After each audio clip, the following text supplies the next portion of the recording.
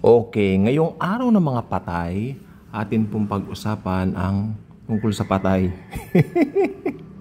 No, araw ng mga patay sa kanila. Pero sa atin, mga born again, mga believers, araw-araw po, araw ng mga buhay. Tatandaan po natin yan, ano po? Sabi ni Jesus, I am the way, the truth, and the life. No one cometh to the Father but by me. Walang ibang daan kundi ang Diyos na si Jesus patungo sa Diyos Ama at tapos seselyuhan tayo ng Diyos Espiritu Santo. Come on, palakpakan natin si Jesus.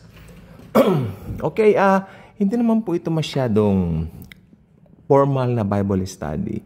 Pero in case meron kayong mga katanungan, kasi up to now, I still observe some people na may kalituhan what is pre-trib, mid-trib, and the post-trib view regarding the rapture. Okay? So, it's very easy. Pre-trib means, yan ang stand ko, mananatiling stand ko, at yan ang tunay na mangyayari. Pre-trib, palapakan natin si Jesus, okay? Pre-trib means, ito po yung ira-rapture muna ng Lord Jesus ang church niya para hindi po, kasi tawag dito, para hindi po maranasan ang tribulation. Ano po ba kasi ang tribulation?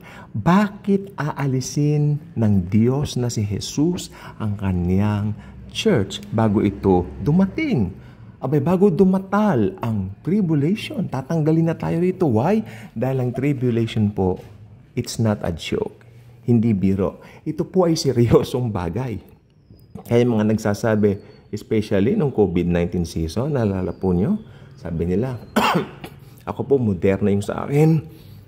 Sabi ko sa akin doon sa isang comment section, pinicturean ko kasi ang sarili ko right after it. Diba?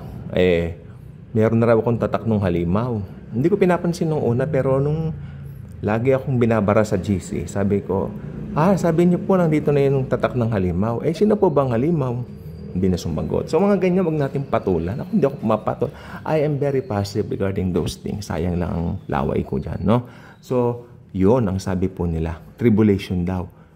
Makinig po kayo mabuti sa akin. Hindi po biro ang tribulation.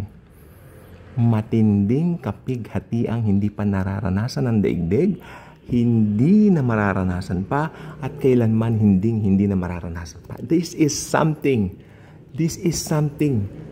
na wala pa sa mundo ngayon. Sabi nila, tribulation na kasi naghihirap ng tao, humihina na ang patak ng tubig, masyadong mainit ang araw. Ang tribulation sinasabi nyo? That's not tribulation. That's natural happening sa circulation ng daigdig dahil nga po sa global warming. But it has nothing to do with tribulation. Ang tribulation po, isang nakatakdang mangyari, 7 taong singkad na mangyayari after the rapture. So, hindi ka pwede magsabi na ikaw ay nasa tribulation na habang hindi pa nagra-rapture. Yan po ang aking view. Okay, bigyan naman natin ng chance yung other view. Anong view ito? Sabi nila, mid-trib. Ito po kasi nakalagay doon sa Daniel 9:27 na kapag yung Antichrist daw, ipapatigil niya na yung offering.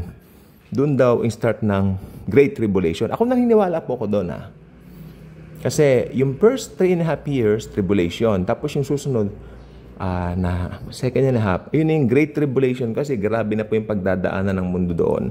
Kaya doon daw papaitaas ang mga believers bago magalit ng todo ang Antikristo. Sabi nila, post-trib. Ito naman po yung medyo alanganing view dahil sabi nila, mararanasan daw natin lahat yung mga kapighatian and all that. You know what? Pagkatapos daw noon, papaitaas na tayo. Paano yun? Hindi ba pagkatapos po maitaas ng mga believer, bababa uli si Jesus dito? Umakyat ka pa sa bababa ka uli? So, it doesn't make sense. It doesn't make any sense. So, pre-trib po talaga ang totoo. God bless po.